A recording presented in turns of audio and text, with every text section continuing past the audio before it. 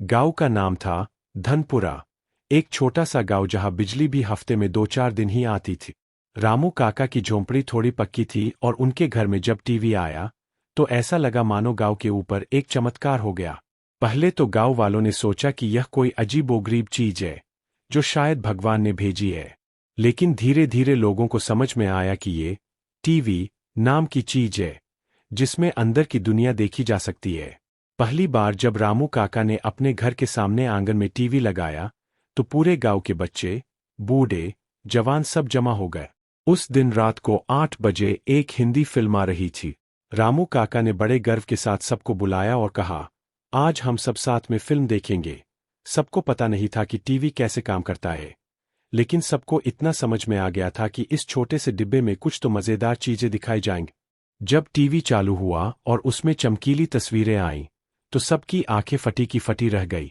लोगों ने अब तक ऐसी चीज सिर्फ सुनी थी, देखी नहीं थी।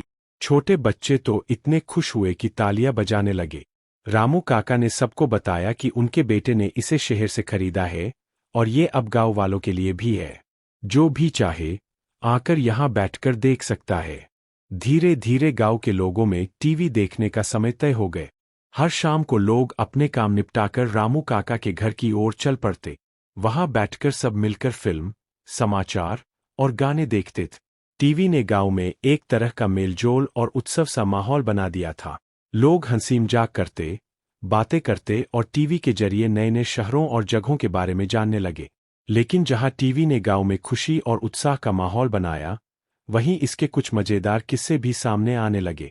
एक दिन जब टीवी पर समाचार आ रहा था तो उसमें मौसम की भविष्यवाणी बताई जा रही थी। टीवी पर जब बताया गया कि अगले दिन बारिश हो सकती है, तो गांव के हर व्यक्ति ने उस भविष्यवाणी को सच्चा मान लिया। सब अपने खेतों में काम बंद कर घर लौट आए और बारिश का इंतजार करने लगे। लेकिन अगले दिन धूप तेज थी, बारिश का नामोनिशान नहीं था। गांव के लोग हंसते हुए बोले, अरे ये टीवी भी कभी कभी झूठ बोलता है। फिर एक और मजेदार वाकया हुआ।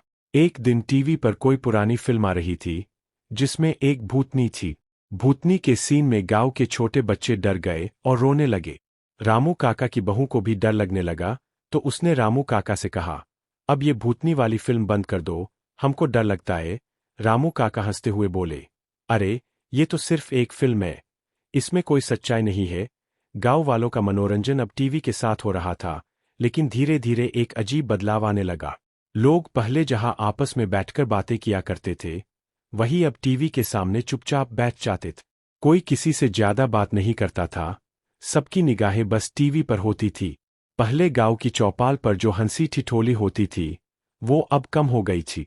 लोग टीवी के अंदर की दुनिया में खोने लगे थे। इस बदलाव को देखकर गांव के बुजुर्गों ने रामू काका से बात की। उन्होंने कहा, देखो रामू, ये टीवी तो बहुत अच्छी चीज है, लेकिन इसके कारण हमारे रिश्ते नाते कमजोर हो रहे हैं। पहले हम सब साथ बैठकर बातें करते थे, एक दूसरे के सुख दुख बांटते थे। अब सब बस टीवी देखने में लगे रहते हैं। रामू काका ने भी इस बात को समझा और फैसला किया कि वो हर हफ्ते एक दिन टीवी बंद रखेंगे, ताकि गांव वाले आपस में बैठकर बातें कर सके। इस नए फैसले से गांव में फिर से वही पुरानी रौनक लौट आई। अब लोग टीवी का आनंद भी लेते थे और अपने रिश्तों का भी ख्याल रखते थे।